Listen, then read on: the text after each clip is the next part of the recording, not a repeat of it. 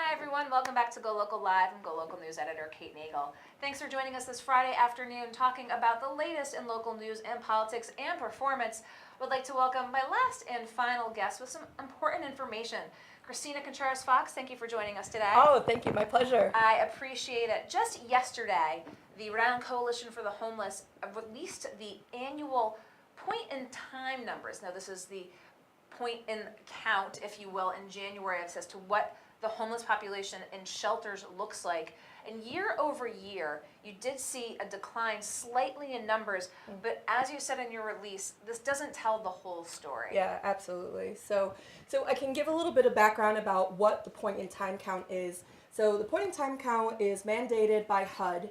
Every single state is required to hold one of these, and it's a count of all sheltered and unsheltered persons experiencing homelessness on a given night in January. So this year we conducted it on January 23rd, 2019. So folks met here in Kennedy Plaza, got trained, and then went all across the state to take account of our neighbors experiencing homelessness, both in shelter and out of shelter. However, so this is one of the ways that we can put our finger on the pulse of the scope of homelessness in our state, which is very important. We need to see if the policies that we're advancing are actually working, what communities, because folks experiencing homelessness, it's not a monolith. So what are the specific needs of different communities and how can we provide that?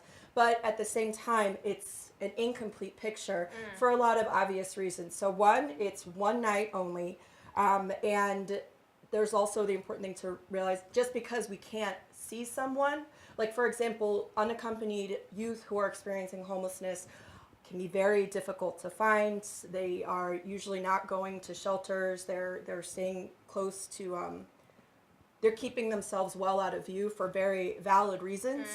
So just because we can't find them on that night doesn't mean they aren't out there and they aren't experiencing hardship, severe hardship, and they don't, and they do need help.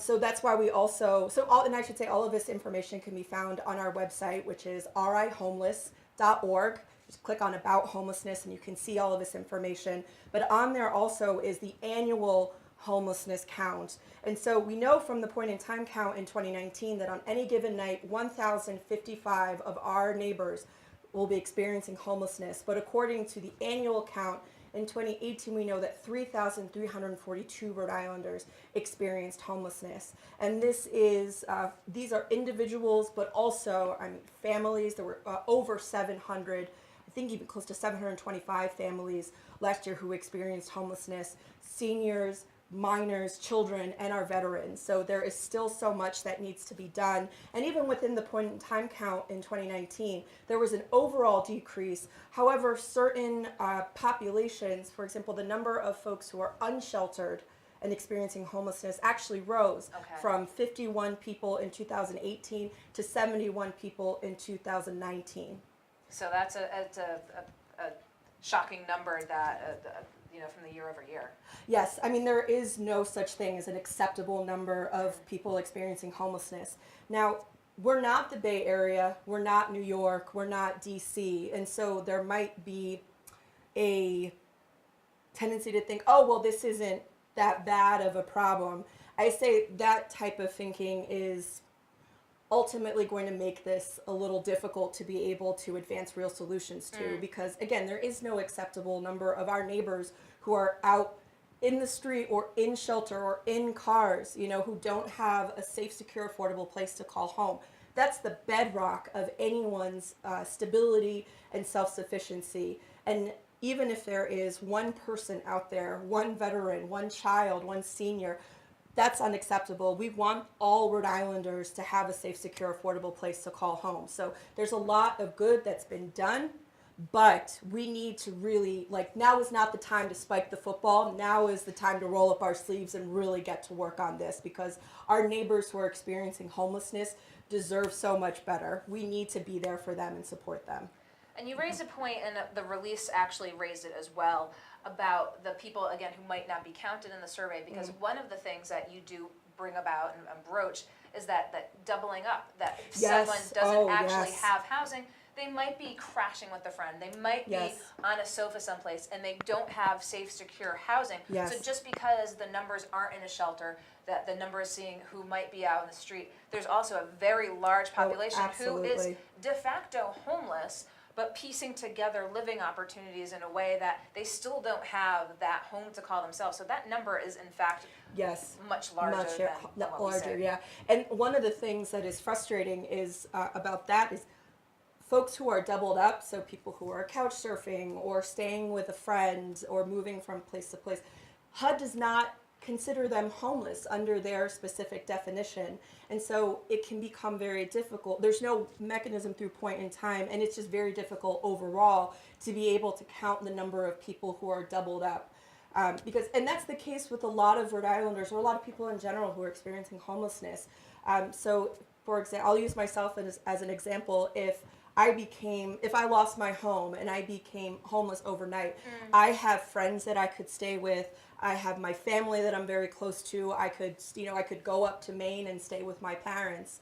My first action after losing my home would not necessarily be to call the coordinated entry line and look for shelter to find a bed. I would ask my friends and family. So that's what a lot of folks do, as you know, because where would you go if you have no place of your own? You would want to go to a safe place with a loved one where you can rebuild your life and get back to where you want to be. But if somebody doesn't have that, then they're forced to either try to find shelter in a homeless shelter or try to get housing, or they'll just be outside or in a car or squatting somewhere, which is not livable and not acceptable. So that's another important thing to keep in mind when we're doing this. Like it's an excellent tool to be able to give us the scope and the idea, and like I said earlier, put a pulse on what's happening. But there are so many other pieces to the picture that we need to keep in mind and always have that in the back of our heads as we're taking serious steps and advancing meaningful solutions to end and prevent homelessness in Rhode Island. Well, I do appreciate your taking the time to come in and talk about this because, it's my as pleasure. you said, this is really the data point that when you go to elected officials, when you go to the legislator and say, this is what it looks like now here in Rhode Island, but with all those caveats as to say, here's other things to consider as well when looking to address the issue of homelessness here in Rhode Island. So I appreciate your taking the time to come in. It's my pleasure. This is something that's so important. And really, at the end of the day, what's more important than numbers is listening to our neighbors who are experiencing homelessness, hearing their stories, and having them at the table when we are putting together these solutions. Like, we need to have people who are creating policy, collaborating with people who are impacted by that policy.